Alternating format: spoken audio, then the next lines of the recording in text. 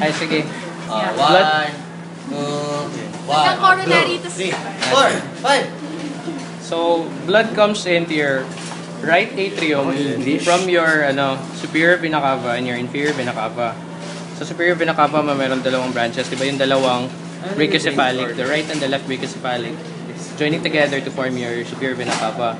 So, nasa right atrium na yung dugo. Dadaan siyang tricuspid valve. So, pagkatapos ng tricuspid valve, pasok na siya sa right ventricle. Pagdating niya sa right ventricle, ba't naputol? May tatlong, ito yung parts ng tricuspid mo, may tatlong papillary muscles. Ito yung septal, middle or septal. This is your posterior and this is your anterior. And anterior, tapos ito si posterior and this is your septal or middle. So, ano yung pinakamaliit na cusp? Yung middle mo, yun yung pinakamaliit, middle or septal. After that, blood... Diba? Sorry. Meron bang yung band? Yung band, moderator band. Hindi ko rin, di ako sure doon kung saan. Basta yun sa septum to marginal. Septum to marginal. Septum to marginal. Pero hindi siya papillary muscle. Okay. Hindi ako sure doon. Anyway, hindi ko yan alam. Moderator band. Yung moderator band naka-attach sa anterior papillary muscle to the septum. Okay. So, after that, blood gets pumped to your pulmonary trunk from your right ventricle. So, papasok siya sa pulmonic semilunar valve, papuntang pulmonary trunk, papuntang lungs. So, in the lungs, it gets oxygenated and then comes back to the left atrium through your pulmonary veins. So, pulmonary veins, nandito na siya sa left atrium, dadaan siyang bicuspid or mitral valve, mitral or bicuspid, to your left ventricles. Then it gets pumped out, dadaan siyang aortic semilunar, papuntang systemic circulation. So, pag tinanong ko yung kung anong first branch ng aortic arch nyo, ang sagot, right and left coronary arteries. So, coronary arteries yung first branch talaga. Kasi, doon yun sa likod ng cusps. Then, after that, aortic arch, then, your right brachiocephalic, your left common carotid, left subclavian, and then may ligamento to. Ito yung ligamentum arteriosum. This is a remnant of your ductus arteriosus in fetal life.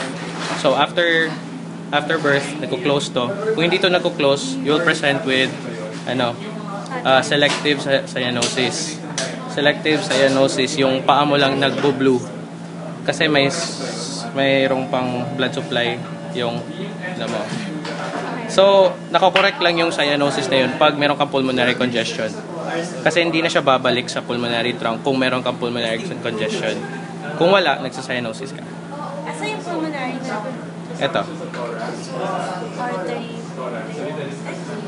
So, yun yun. Hindi, artery. So, how do you correct that? They're both arteries. Yung sinasabi yung pressure. Ha? Ano yung sinasabi yung pressure? Kasi, normally, kung bukas to, syempre kung bukas to, walang blood supply yung paa mo, babalik ang dugo sa pulmonary trunk mo, so nagkaka-mix. Pero, the only way para hindi siya bumalik doon is kung may pulmonary congestion ka. So, pag meron kang patent ductus arteriosus, tapos hindi ka nag-present ng selective cyanosis, ibig sabihin, congestion yung pulmonary circulation mo, which is also a bad thing.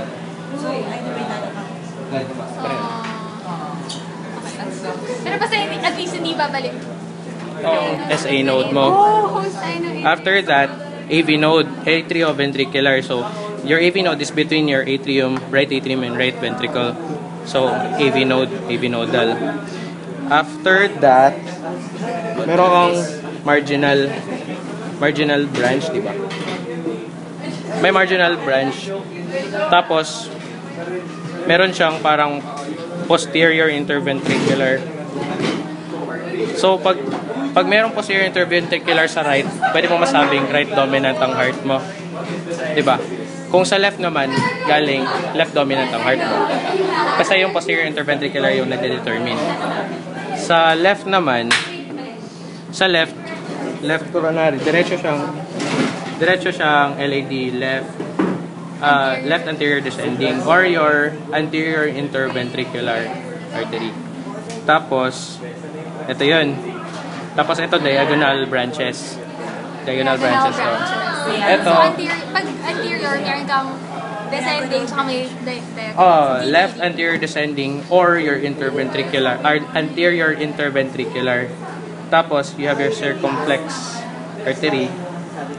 Tapos, Wait lang, galing din yan sa Marginal. left coronary. left coronary. So, dalawa ang branches ng left coronary. Yes, yes. Okay. Circumflex, sorry. Left marginal. Left marginal din. Ito, hindi. Ito yung left marginal. Tama ka. Anong tawag nito? So, tatlo? Parehong sides may marginal. Right. Right and left. Parehong galing coronary. Parehong galing coronary. Tapos, pagdating dito, sa level dito, di ba, ano yung circumflex? Ito yung circumflex. Circumflex pa ganun. Basta circumflex siya kasi paikot siya. So, yun. Tapos, Coronary side. di ba ito, LAD, left Coronary side. anterior descending. Coronary side. Di ba ito yun? Ay, oo nga pala. Diba? Kasi alam mo, nag-jitters ako eh. Hindi ako sure kung saan ang coronary. Sabi na siya, It's a vein. Coronary side. When it goes up, it becomes a Vein siya.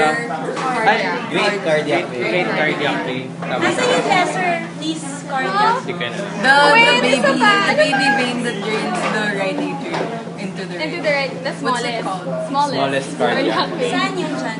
Wala. Ay, ewan. Baka yung mga small.